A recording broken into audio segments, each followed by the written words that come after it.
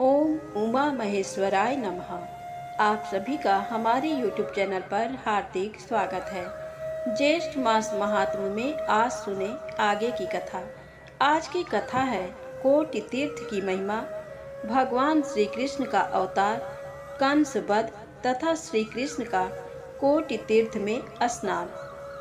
श्री सूत जी कहते हैं, यमुना, गंगा और गया तीर्थ में प्रसन्नता पूर्वक स्नान करके कोटि तीर्थ की यात्रा करें। वह महापुण्यमय तीर्थ सब लोकों में विख्यात है। दुःस्वप्न, महापातक और बड़े बड़े विघ्नों का नाश करने वाला तथा मनुष्यों को परम शांति देने वाला है। पूर्व काल में दशरथ नंदन श्री रामचंद्र जी ने युद्ध में रावण को मारकर गंधमादन पर्वत पर लोकानुग्रह के लिए एक शिवलिंग की स्थापना की। उस लिंग का अभिषेक करने के लिए वे शुद्ध जल ढूंढने लगे, किंतु वैसा जल उन्हें प्राप्त नहीं हुआ। तब रघुनाथ जी ने मन ही मन गंगा जी का स्मरण करते हुए धनुष की कोटि से शीघ्र ही पृथ्वी को विदीर्ण किया। श्री राम के धनुष की वह कोटि रसातल तक पहुंच गई। फिर उन्होंने धनुष को पृथ्वी से ऊपर निकाला। तब उसी मार्ग से पाताल गंगा बाहर निकल आई। उसी जल से श्री रामचंद्र जी ने शिवलिंग का अभिषेक किया। श्री रामचंद्र जी की धनुष की कोटि से उस तीर्थ का निर्माण हुआ था, इसलिए वह तीनों लोकों में कोटि तीर्थ के नाम से विख्यात हुआ। पूर्व काल में श्री रामचंद्र जी उसमें स्नान करके उसी क्षण पुष्पक विमान पर आरूढ़ हो वानरों तथा लक्ष्मण और सीता जी के साथ अयोध्या को चल दिए थे।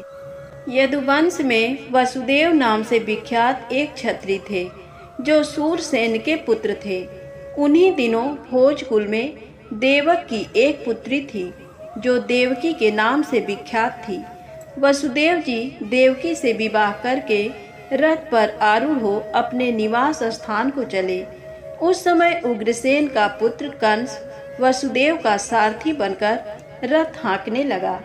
इतने में ही बहन और बहनोई को ले जाने वाले कंस को संबोधित करके आकाशवाणी ने कहा, कंस, जिस देवकी को तुम लिए जा रहे हो उसका 8वां गर्भ तुम्हारा घातक होगा। ये दिव्य वाणी सुनकर कंस ने तलवार खींच ली और बहन को मार डालने का प्रयत्न किया। ये देख वसुदेव जी ने कहा, कंस, इससे जो संतानें पैदा होंगी उन सबको मैं तुम्हें सौंप दूंगा। ये तुम्हारी बहन है, इसको मत मारो, इससे तो तुम्हें कोई भय नहीं है। ये सुनकर कंस ने देवकी को मारने का विचार छोड़ दिया और वसुदेव देवकी के साथ अपने घर को लौटा। कंस बड़ा दुष्टात्मा था। उसने बहन और बहनोई दोनों के पैरों में बेड़ी डालकर कारागार में कैद कर लिया।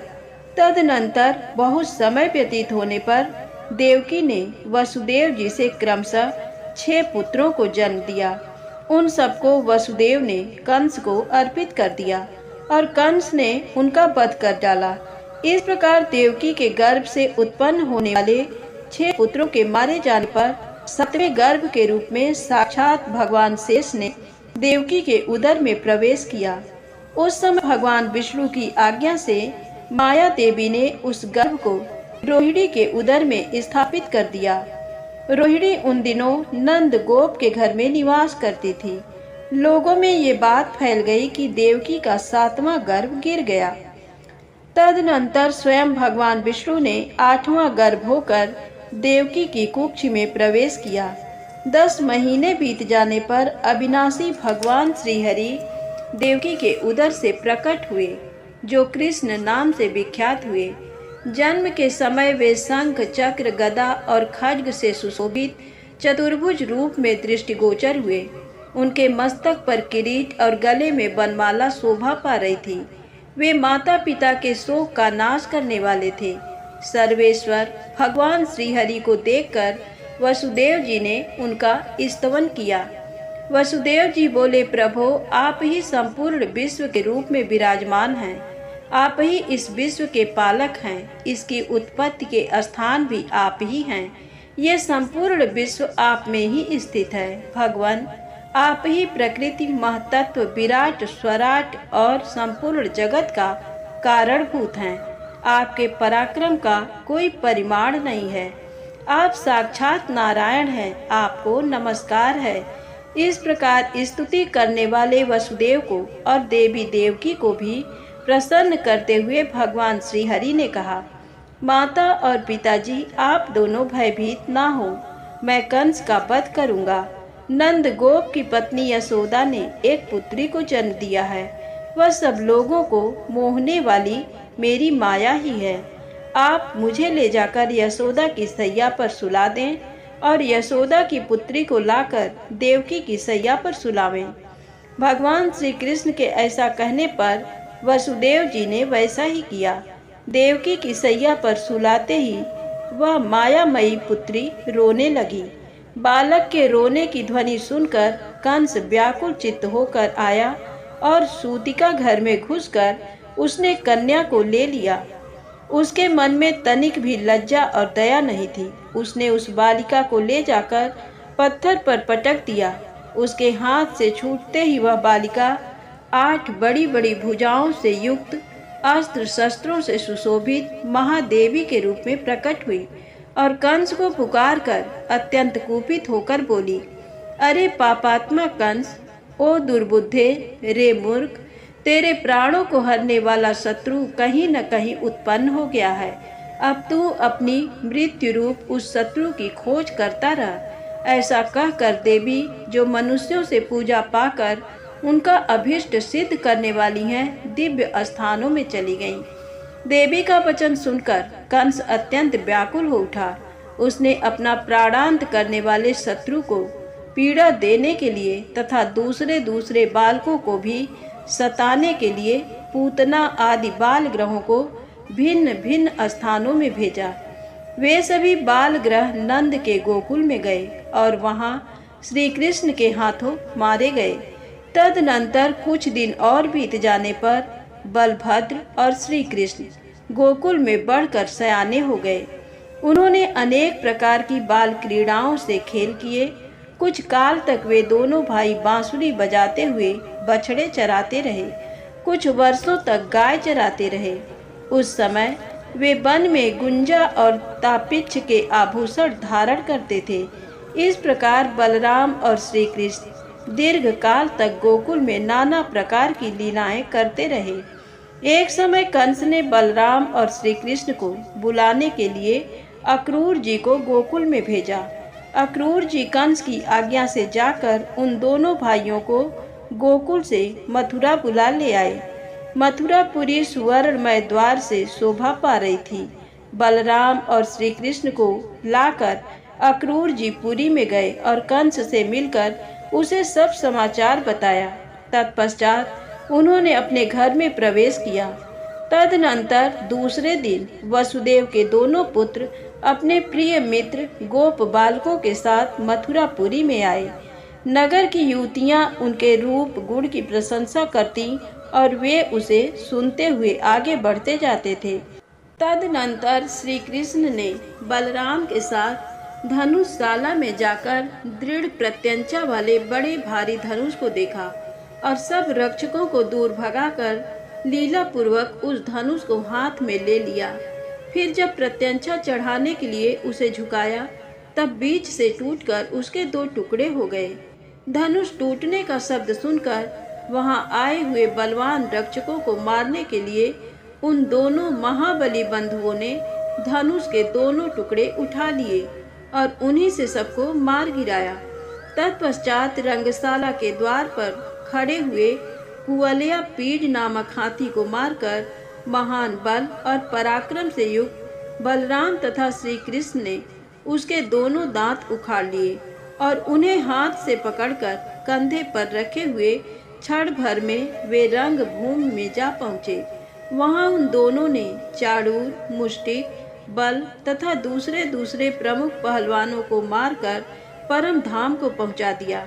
फिर दोनों भाई शीघ्र ही उछलकर ऊंचे मंच पर चढ़ गए।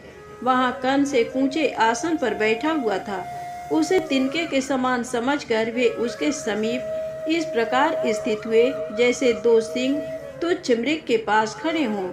तदनंतर श्री कृष्ण ने मंच पर बैठे हुए कंस के पैर पकड़कर उसे खींच लिया और बड़े बेग से आकाश में घुमाया। इतने में ही उसके प्राण पखेरु उड़ गए। तब प्राण रहित कंस को उन्होंने धरती पर गिरा दिया। फिर बलराम जी ने भी कंस के 8 भाइयों को मुक्कों से ही मार गिराया। इस प्रकार कंस को मारकर श्री कृष्ण ने अत्यंत दुख भोगने वाले अपने माता पिता को कारागार के बंधन से मुक्त किया और अन्य सब लोगों को भी बलराम तथा श्री कृष्ण ने आश्वासन दिया। श्री कृष्ण के द्वारा कंस मारा गया, ये समाचार सुनकर वसुदेव के अन्य बंधु बांधव जो पहले कंस के द्वारा पीड़ित होकर अन्यत्र चले गए थे, मथुरापुरी में लौट आए। भगवान श्री कृष्ण ने मथुरा के राज पर उग्रसेन को स्थापित किया। तत्पश्चात एक दिन भगवान श्री कृष्ण ने दर्शन के लिए अपने पास आए हुए नारद आदि मुनियों से इस प्रकार पूछा, ब्राह्मणों, मैंने अत्यंत पापात्मा कंस का वध किया है, पर वह कंस मेरा मामा था। शास्त्रों के ज्ञाता विद्वान मामा के वध में दोष बताते हैं, अतः उस दोष के निवारण के लिए आप लोग मुझे कोई प्रायश्चित बतलाइए। ये सुनकर नारद जी ने अद्भुत पराक्रमी श्री कृष्ण से मधुर वाणी में भक्ति एवं प्रेम के साथ कहा, यदुनंदन, आप नित्य शुद्ध बुद्ध एवं मुक्त सच्चिदानंद स्वरूप सनातन परमात्मा हैं। आपके लिए पुण्य अथवा पाप नहीं है। तथापि गरुड़ ध्वज, आपको लोक शिक्षा के लिए विधि पूर्वक प्रायश्चित अवश्य करना चाहिए। माधव, गंधमादन पर्वत पर जो परम पुण्यमय राम सेतु है, वहाँ पूर्व काल में भगवान श्री रामचंद्र जी के द्वारा स्थापित किया हुआ रामेश्वर नामक शिवलिंग है।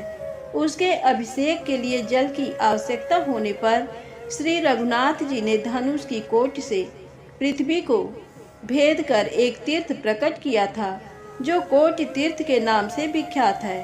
वह धर्म के लिए हितकर और पापों का नाश करने वाला तीर्थ है। आप उसी में स्नान करें। कोटि तीर्थ का स्नान ब्रह्म हत्या आदि का भी निवारण करने वाला है। नारद जी का ये वचन सुनकर भगवान श्री कृष्ण राम सेतु पर गए और कुछ दिनों में कोटि तीर्थ में स्नान एवं अनेक प्रकार के दान करके रामेश्वर की सेवा पूजा करने के पश्चात मथुरापुरी में लौट आए। कोटि तीर्थ का ऐसा ही पुण्यमय प्रभाव है। ब्राह्मणों, इस तीर्थ में स्नान करने से ब्रह्मा, विष्णु, शिव तथा अन्य देवता भी प्रसन्न होते हैं। इस प्रकार ये कोटि तीर्थ का महात्म बतलाया गया, जिसका श्रवण करके मनुष्य सभी पापों से मुक्त हो जाता है। धन्यवाद। एक बार प्रेम से बोलिए शंकर भगवान की जय। दोस्तों, वीडियो पसंद आए तो कृपया मेरे चैनल को लाइक सब्सक्राइब अवश्य करें। जय माता दी, जय भोलेनाथ।